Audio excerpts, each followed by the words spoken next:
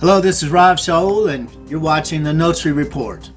Today I'm going to be talking about the 24 elders, the great multitude, and the 12 judges that sit on thrones and judge with the Messiah.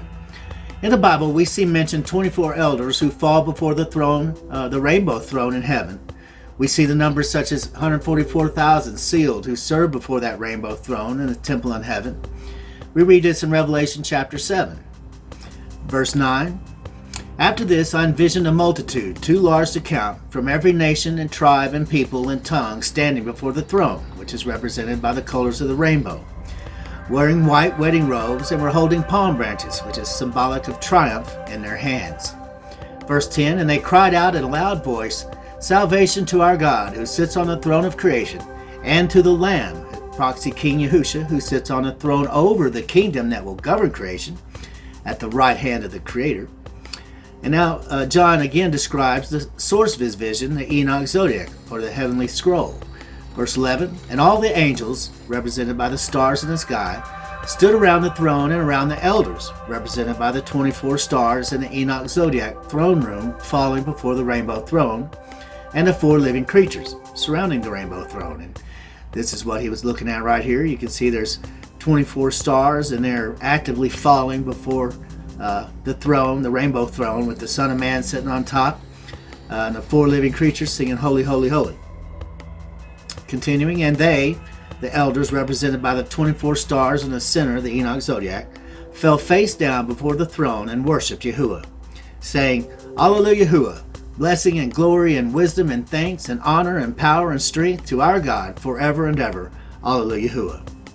Verse 13, then one of the elders addressed me, saying, these in white fine linen wedding robes, he asked, who are they, and where have they come from?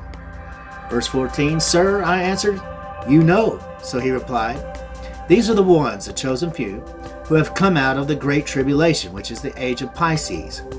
They have washed their robes through mikveh, and made their robes white, which is righteous, in the blood sacrifice of the Lamb, walking with him in the way, which is the doctrine of righteousness. For this reason, because they walked the way, they are before the throne of Yahuwah and serve him day and night in Yahuwah's temple, which is the body of his elect, who are living stones set upon the chief cornerstone, Yahushua. And the one seated on the throne in heaven will dwell, that's G4637, we'll look at that in a minute, among, together, and within them. We see that the word for dwell is 4637. It means to dwell, to spread his tabernacle. We see it translated there and below as among, together, within. So the temple of Yahuwah is the body of his elect. Yahushua dwells in that temple, ministering at the altar of their heart. See Revelation 21:22, 1 Corinthians 3:16, and Hebrews 10:19. Continue with verse 16. Never again will they hunger for my righteousness, Matthew 5:6, and never will they thirst for living water, John 7:38. Nor will the sun beat down on them, nor any scorching heat of tribulation, Daniel 12:1 and Revelation 7:14. Now the angel reads the heavenly scroll to John. Verse 17, for the Lamb Yahushua in the center of the throne in heaven will be there, the chosen elect, i.e. the Nazarenes, shepherd. That's the great shepherd, Yahushua, Hebrews 13:20-21, and the constellation Taurus, will lead them to springs of living water, represented by Aquarius in the heavenly scroll, and Yahuwah will wipe away every tear from their eyes. Here we see the meaning of Taurus as the conquering ruler comes, the sublime vanquisher, to execute great judgment. He is the ruling shepherd king. We see the definition of Aquarius. He pours out living water from on high. Humanity drinks of the heavenly river, and the faithful live again. Now let's read Hebrews 13:20-21. Now may the God of peace, who is Yahuwah, who through the blood of the eternal covenant brought back from the dead our King and great shepherd Yahushua, equip you with every good for doing his will, and may he work in us what is pleasing to him through the Yahushua covenant, to whom Yahuwah be glory forever and ever. Alleluia, Yahuwah. In this video, I will address these numbers, and I will show that what John was looking at in heaven when he saw these elders and saints before the throne. I will also provide my opinion on who these elders, saints, and judges are in the kingdom to come. There is speculation that the 24 elders could be the 24 kings over Israel. I reject that list because many of those kings were pagan, rebellious men who would not have been raised by Yahuwah, but instead were judged for their idolatry against him. They would not live eternally sitting on those coveted seats or thrones and would not have been awarded crowns by Yahuwah to rule by the side of King Yahusha. They were guilty of spiritual fornication with those pagan deities, the worst crimes against the kingdom. We read this in the International Standard Bible Encyclopedia. We read of these idolatrous kings. Star worship seems to have been an enticement to Israel from the first. See Deuteronomy 4:19, 17:3, Amos 5:26, and compare that to Acts 7:42 and 43. But this idolatry attained special prominence in the days of the later kings of Judah. The name of Manasseh is particularly connected with it. The king built altars for all the hosts of heaven, worshiping the signs of the zodiac in the courts of the temple. We read this in Kings 21, 3 through 5. For he rebuilt the high places which Hezekiah his father had destroyed, and he erected altars for Baal and made an Asherah pole, as Ahab king of Israel had done, and worshipped all the host of heaven and served them. And he built altars in the house of Yahuwah, of which Yahuwah had said, In Jerusalem I'll put my name. For he built altars for the host of heaven in the two courts of the house of Yahuwah. Now Josiah destroyed these altars and cleansed the temple from idolatry by putting down the priests and the vessels associated with sun worship. 2 Kings 23, 4 through 5. Then the king commanded Hilkiah, the high priest, and the priests of the second order, and the doorkeepers, to bring out of the temple of Yahuwah all the vessels that were made for Baal, for Asheroth, and for all the hosts of heaven. And he burned them outside Jerusalem in the fields of Kildron, and carried their ashes to Bethel. And he did away with the idolatrous priests whom the kings of Judah had appointed to burn incense in the high places in the cities of Judah and in the surrounding areas of Jerusalem, and also those who burned incense to Baal, the sun and the moon, and to the constellations and all the hosts of heaven, which is what constellations are. They host stars. You see, these idolatrous kings caused Israel to be judged and taken into captivity. They were not even blessed on earth, and the thrones they were given, in most cases, were taken away along with their children's crowns. Ultimately, the entire line of kings was suspended due to their idolatry against the Most High. They were not later honored in the seats reigning next to Yahusha. Here's a list on the screen here that you see of those I believe are elders in the kingdom of Yahuwah. Those raised eternal to sit on the 24 thrones with crowns of gold on their heads, with positions of respect and authority in the kingdom next to Yahusha the King. This list represents those few men in history who have shaped our faith, heard directly from Yahuwah. Many gave their lives for his truths.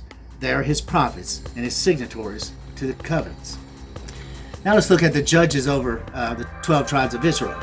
We also see Yahusha tell his 12 disciples they would sit on thrones judging the 12 tribes of Israel. Now let's address the 12 judges who sit on thrones judging the 12 tribes of Israel. We know that there were 12 judges mentioned in the book of Judges who judged the tribes of Israel. You see that list here on screen. However, Yahusha seemed to have appointed new judges under the Yahusha covenant, men who submitted to his rule and authority, and many gave their very lives to usher in the kingdom. We see that in Matthew 19:28. Yahusha said to them, Truly I tell you, at the renewal of all things, when the Son of Man sits on his glorious throne in heaven, you who have followed me will also sit on 12 thrones judging the 12 tribes of Israel. Here's the list who I believe those to be. We see John the Baptist, Peter, Andrew, James the Just, Philip, Bartholomew, Matthew or Levi, James, son of Alphaeus, Thomas, Simon, Jude, and either Shaul or Judas Iscariot. That's going to be Yahusha's decision to make. Now let me address the 144,000 sealed servants who served Yahuwah before the rainbow throne. We find this in Revelation chapter 7, as I read earlier, which is an interlude between, or a pause between the 6th and 7th seal, during which John sees a throng of people before the throne of Yahuwah, too many to count, loudly proclaiming, Salvation belongs to our God Yahuwah, who sits on the throne, and to the Lamb Yahusha. That's Revelation 7:10. Now we're given an inside look during this interlude of Yahuwah's grace and salvation during the time of tribulation on earth, where this earth is judged for violating his everlasting covenant of the Sabbath and breaking his laws. We see that in Isaiah 24, verse 4. The earth mourns and withers, the world languishes and fades. The exalted of the earth waste away. The earth is defiled by its people. They have transgressed the laws. They have overstepped the decrees and broken the everlasting covenant of the Sabbath. Therefore a curse has consumed the earth, and its inhabitants must bear their guilt. The earth's dwellers have been burned, and only a few survive. The winds that blow from the four corners are Yahuwah's judgment of the earth, and the four angels are restrained to hold back that judgment until Yahuwah's special servants can be sealed on their foreheads for protection, which is his Shema. The 144,000 sealed servants are those sealed over the 2,000-year age of Pisces, as I said earlier, as the first four seals are broken during that time. The number 144,000 is symbolic of the number of perfect government, 12 times 12. During this interlude, Yahuwah's breath or spirit or wind is withheld from blowing his inspiration on the earth. The sealed servants of Yahuwah are set apart before the destruction of the earth. The 144,000 is the total number given. This number is like the rest of the vision. It is a vision and symbolic. 12,000 from each tribe are sealed, from Judah, Reuben, Gad, Asher, Naphtali, Manasseh, Simeon, Levi, Issachar, Zebulun, Joseph, and Benjamin. Concerning the 144,000, though, this number represents the perfect number from each of the 12 tribes of Israel chosen for the kingdom of Yahuwah.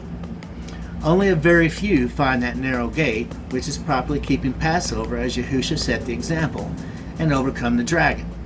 We see this in Matthew 7:13 through 15. Enter through the narrow gate, for wide is the gate and broad is the way that leads to destruction, and many enter through it. That's Revelation 21:7. But small is the gate, and narrow is the way that leads to life, and only a few find it, those that overcome the dragon. Again, read Revelation 21:7. Beware of false prophets. They come to you in sheep's clothing, but inwardly they are ravenous wolves. It is these that have overcome the dragon by believing and keeping the word of his testimony as their own. We see this in Revelation 12:11. They triumphed over him by the blood of the Lamb and by the word of their testimony, which is keeping the word of his testimony found in the stars. Faith in Yahushua, see Revelation 2:13. They did not love their lives so much as to shrink from death. Revelation 6:9. And when the Lamb opened the fifth seal of the heavenly scroll, I saw under the rainbow altar in the heavenly scroll the souls of those who had been slain for the word of God, preserved in the stars. See Psalms 119:89 and Psalm 89:2. And for the testimony of Yahuwah's written in the stars, as they upheld or held fast, Revelation 2:13, Hebrews 10:23, Hebrews 3:9, to the plan of salvation written in the heavenly scroll. Revelation 7:14. Sir, I answered, you know it. So he replied, these are the ones that have come out of the great tribulation. They have washed their robes and made them white in the blood of the Lamb. The number 144,000 is not literal. It is a physical to spiritual parallel of perfection, 12 times 12. Like the number of disciples was 12. There are many more than 144,000. Relative to the number of humans ever created, which I estimate in the neighborhood of about 15 billion, whatever the actual number is, it's a very small remnant, but a lot more than 144,000. That number is symbolic. The number 12 represents governmental perfection. Yahushua came to establish the kingdom of Yahuwah, which is a divine government. His choosing 12 disciples was symbolic of setting up the kingdom. 144,000 is symbolic of those who inhabit the kingdom. And for more information on the number 144, please see the link in the comment section below. I hope this was informative and helpful. Thank you for the question from the Nazarene. And you've been watching the Notary Report with Rav Shaul.